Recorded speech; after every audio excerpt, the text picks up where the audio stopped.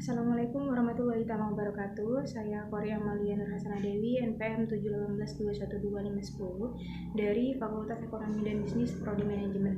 Di sini saya akan menjelaskan sedikit tentang materi kepemimpinan lintas budaya. Paradigma manajer dan pemimpin. Beberapa percaya bahwa pemimpin itu dilahirkan sementara manajer dapat dibentuk. Manajer mungkin memberi kepemimpinan dan pemimpin bisa melakukan fungsi manajemen, tetapi manajer tidak dapat melakukan fungsi unik dari pemimpin. Manajer seringkali fokus pada pencapaian tujuan dengan menguasai banyak informasi dan memprioritaskan keuangan. Sementara pemimpin itu hanya bekerja untuk mendapatkan orang yang tepat di posisi yang tepat dan memotivasinya. Sementara urusan keuangan itu menjadi hal yang sekunder. Kemudian ada manajer, itu adalah seorang yang bertanggung jawab atas keberhasilan organisasi yang dipimpinnya.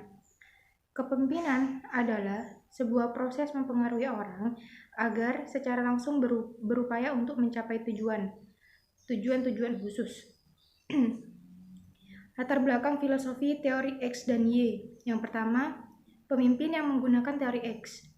Orang sifat alaminya tidak suka bekerja dan menghindarinya bila memungkinkan. Pekerja memiliki ambisi rendah, mencoba untuk menghindari tanggung jawab, dan juga suka diperintah.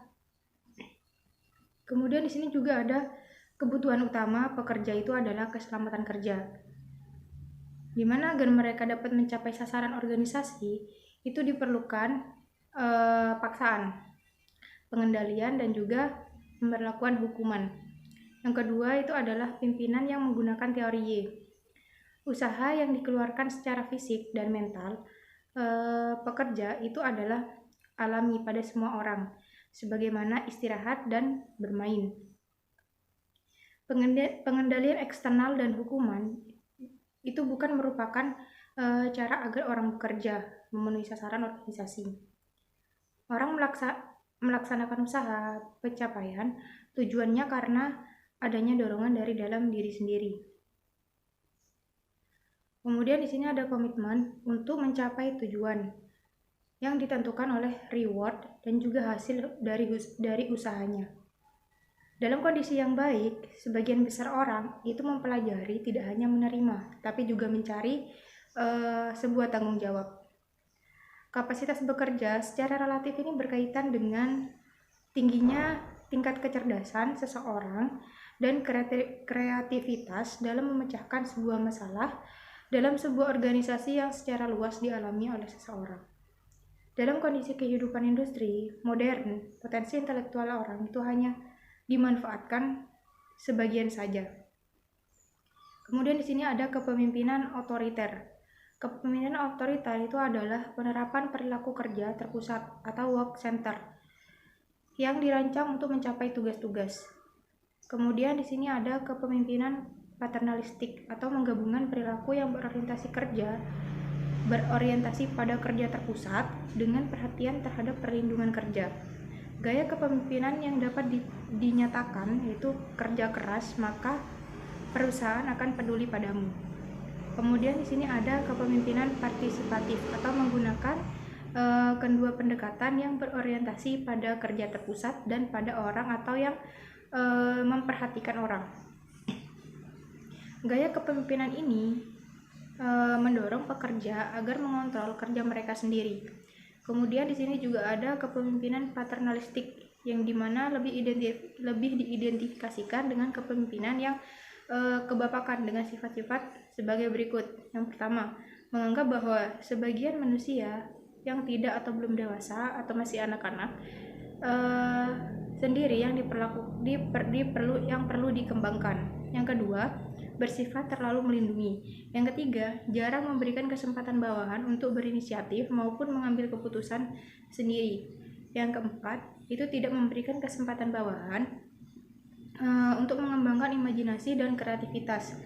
Yang keenam, itu selalu bersikap maha tahu dan maha benar, sedangkan jika kepemimpinan maternalistik itu tidak jauh beda dengan paternalistik. Selain terdapat sikap overprotektif atau terlalu melindungi dan disertai dengan kasih sayang yang sangat berlebihan. Kemudian di sini ada kepemimpinan Eropa. Pemimpin cenderung bersifat lebih partisipatif, keyakinan kuat dalam hal nilai penghargaan eksternal, yaitu gaji dan asuransi. Di beberapa negara, manajer tingkat yang lebih tinggi itu cenderung mengekspresikan nilai-nilai yang lebih demokratis daripada manajer dengan tingkat yang lebih rendah. Contohnya di Jerman. Kemudian di sini ada Skandinavia dan Inggris. Pimpinan itu cenderung menggunakan kepemimpinan gaya partisipatif, di mana mereka lebih memilih mendelegasikan wewenang dan membiarkan pengambilan sebuah keputusan itu banyak ditangani oleh seorang manajer menengah dan tingkat yang lebih rendah. Prancis dan Jerman itu merupakan pimpinan yang lebih bersifat otoriter dan terpusat. Keputusan dan strategi perusahaan lebih banyak ditentukan oleh manajer tingkat atas. Kemudian ada kepemimpinan Anglo, yaitu Amerika Serikat. Secara umum memiliki gaya kepemimpinan partisipatif, di mana pengambilan keputusan dan pendelegasian wewenang itu lebih bersifat demokratis. Manajer Amerika Serikat biasanya berorientasi pada pengurangan keanekaragaman atau variety reduction, di mana pembatasan ketidakpastian dan memfokuskan tindakan pada sejumlah alternatif. Pemimpin Amerika Serikat cenderung lebih fokus terhadap peluang pemimpin Amerika Serikat yang memiliki penghargaan eksternal yang lebih tinggi, namun hanya kepada individunya. Kemudian di sini ada kepemimpinan Timur Tengah. Kecenderungan memiliki gaya kepemimpinan yang otoriter instruksi, kaku. Pemimpin yang sering memberikan arahan dalam setiap operasi pengerjaan, yang biasanya keputusannya diambil pada tingkat manajemen tertinggi.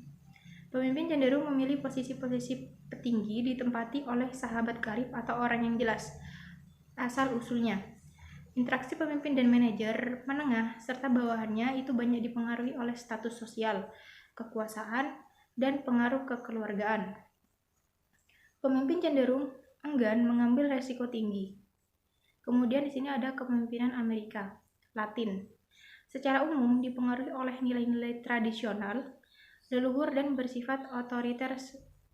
Semakin maju dan berkembang perekonomiannya, biasanya gaya kepemimpinannya ini bergerak ke arah partisipatif. Pemimpin lebih menguasai banyak informasi dan hanya berbagi dengan orang-orang dalam golongan sendiri atau dengan golongan yang lebih dipercaya. Contohnya seperti Chili, Peru, Meksiko Utara. Kemudian di sini ada kepemimpinan Jepang. Pemimpin Jepang itu lebih cenderung menerapkan gaya paternalistik. Pemimpin Jepang ini cenderung ahli dalam mengenali kemampuan bawahan-bawahannya. Pemimpin Jepang memiliki nilai penghargaan eksternal yang tinggi, kemudian atau asuransi keamanan. Kemudian pemimpin Jepang ini menempatkan penekanan kuat pada tujuan-tujuan yang ambigu. Pekerjaan manajer diutamakan adalah untuk menjaga keharmonisan, bukan untuk menjadi seorang ahli teknis yang cenderung lebih berfokus pada masalah-masalah yang sangat berat. Pemimpin Jepang ini sebagian besar membawa orientasi etnosentrisme. Kemudian di sini juga ada kepemimpinan India. Pemimpin India untuk saat ini cenderung bergaya partisipatif. Pemimpin India percaya bahwa pemberian kontrol internal akan lebih banyak mempengaruhi karyawan untuk bekerja lebih kreatif. Juga ada pemimpin India suka melakukan improvisasi baru dalam menghadapi tantangan bisnis dan dalam mencari peluang bisnis baru yang lebih menjanjikan. Mungkin hanya ini yang dapat saya sampaikan. Kurang lebihnya mohon maaf. Wassalamualaikum warahmatullahi wabarakatuh.